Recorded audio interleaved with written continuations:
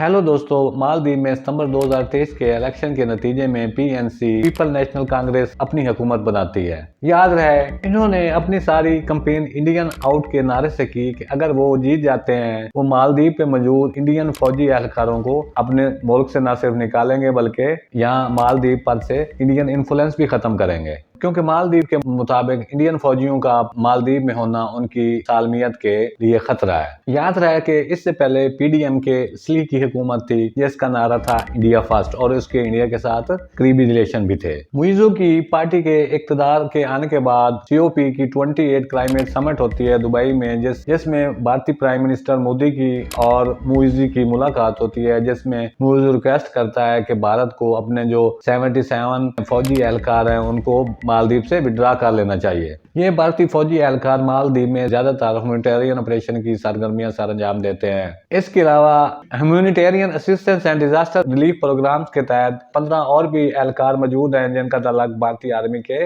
Medical group से है। India के मुताबिक इन फौजी एहलकारों की वहाँ मौजूदगी का मकसद सिर्फ इंसानी मदद करना है, जैसे दूर दराज के एरियाज में अगर कोई फंस जाए तो उसको निकालना और मेडिकल इमदाद फराहम करना। इसके अलावा इंडिया ने मालदीव को 2 हेलीकॉप्टर भी दे रखे हैं और एक ड्रोन एयरक्राफ्ट भी दे रखे जिनका मकसद marine surveillance, medical eviction and search and rescue operation है। इस समिट से जाने से पहले मुइज़ो तुर्की का भी विजिट करता है, जिससे इंडिया की कंसर्न और बढ़ जाती हैं, क्योंकि तुर्की पाकिस्तान का हामी है और तैयब एर्दोगान कश्मीर के मसले के सिलसिले में पाकिस्तान के मौक़िफ़ की हिमायत करता है। इसके अलावा को ये भी खतरा है कि मुइज़ो की हुकूमत चाइना से अपने रिलेशन को बढ़ाएगी, इससे चाइना का रसूख खित्ते में और इंडियन ओशन में बढ़ेगा। वीवर्स, याद रहे कि मालदीव एक टूरिज्म बेस्ड इकोनॉमी है। अदादो शुमार के मुताबिक सन 2021 में सिर्फ टूरिज्म की मद में मालदीव ने 3.49 बिलियन यूएस डॉलर इकट्ठे किए, जो उनके जीडीपी का 57% है। आप अंदाजा लगा सकते हैं कि मालदीव एक टूरिज्म बेस्ड कंट्री है। मुइज़ो का इंडियन ट्रूप्स की विड्रॉल का मुतालबा, तुर्किया जाना और चीन से अपने रिलेशन को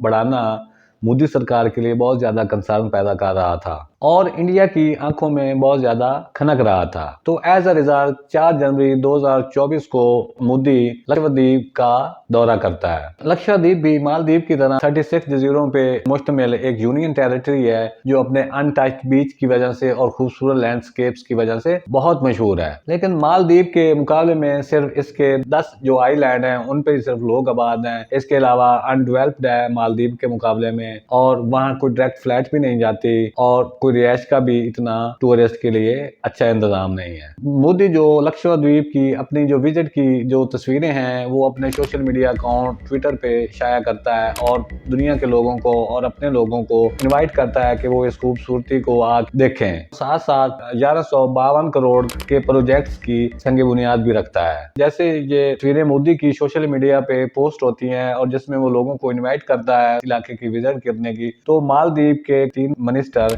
इस पे ऑफेंसिव कमेंट करते हैं और इन कमेंट्स में वो मोदी को इसराइल की पपेट, क्लाउन और टेररिस्ट कहते हैं, जिससे मोदी सरकार और वहां की आवाम में मालदीव के खिलाफ गुस्सा बढ़ता है। लेकिन बाद में ये ट्वीट्स डिलीट कर दिए जाते हैं और वहाँ की जो मुइज़ो की गवर्नमेंट है वो ये कहती है कि इन मिनिस्टर की ये पर्सनल ओपिनियन है और इसका मुइज़ो सरकार से और मालदीव की गवर्नमेंट से कोई तलक नहीं है। इन ऑफेंसिव रिमार्क के बाद जो इंडियन टूरिस्ट हैं या इंडियन पीपल हैं मालदीव के टूर का बायकाट का ऐलान करते हैं कि वो मालदीव का विजिट नहीं करेंगे। याद रहे कि साल 2023 में मालदीव में जो सबसे ज्यादा टूरिस्ट गए थे वो इंडिया के थे और उनकी तादाद 2,09,000 के करीब थी। इसके बाद रशिया और फिर चाइना का नंबर आता है जिन्होंने मालदीव का विजिट किया। इसके अलावा मालदीव फूड जिसमें सब्जियां, चावल, दालें वगैरह और हेल्थ केयर में भी भारत पे बहुत ज्यादा डिपेंडेंसी करता है। याद रहे, मालदीव जिसे किंग्स ऑफ आइलैंड भी कहा जाता है, 1000 जजीरों पे मुश्तमिल एक मुल्क है। इसकी ज्यादातर जो इकॉनमी है वो टूरिज्म बेस है और इसी पे इंहिसार करती है। तो मोदी के इस मूव से ये तो वक्त ही बताएगा कि मालदीव को कितना नुकसान होगा। लेकिन इंडियन ट्रूप्स जो मालदीव में मौजूद हैं, मुइज़ो जो वहाँ का सदर है वो बार बार इंडिया से कह रहा है कि उनको वहाँ से निकाला जाए। अगर वो वहाँ से निकलते हैं तो चाइना इससे फायदा उठाएगा और अपने इस एरिया में अपने रसूख को मजीद बढ़ाएगा, क्योंकि जो मालदीव की जो स्ट्रेटेजिक लोकेशन है वो बड़ी अहम है। वो बिल्कुल busiest maritime trade highway Indian ocean के साथ खड़ा है का 80% तेल इंपोर्ट होता है और इस खित्ते में और इस रूट की प्रोटेक्शन के लिए चाइना मालदीव से अपने फौजी एहलकारों की मौजूदगी के लिए उनसे रिक्वेस्ट कर सकता है। और अगर ऐसा हो जाता है तो इस एरिया में चाइना के फौजी एहलकारों की मौजूदगी चाइना का मजीद वहाँ पे इन्फ्लुएंस को बढ़ाएगी।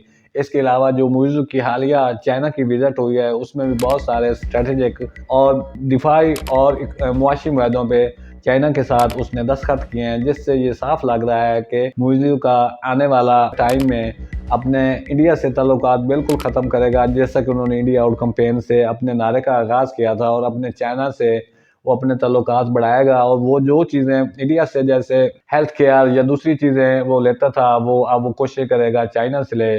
जैसे उसकी तुर्की की विजिट मुइज़्ज़ू ने की तो वहाँ उसने जो वहाँ वेजिटेबल सब्जियाँ और चावल वगैरह की बरामदात के लिए उसने तुर्की के साथ मुआहदे किए। इसके अलावा मालदीव चाइना का 1.37 बिलियन यूएस डॉलर का मकरूज भी है, जो उनके जीडीपी का 20% बनता है। और ये बात भी चाइना का इन्फ्लुएंस बनाने के लिए काफ़ी है। फ्रेंड्स, अगर आपको वीडियो पसंद आई हो तो हमारे इस वीडियो को लाइक कर दें, शेयर कर दें, चैनल को सब्सक्राइब कर दें। See you in next video. Bye.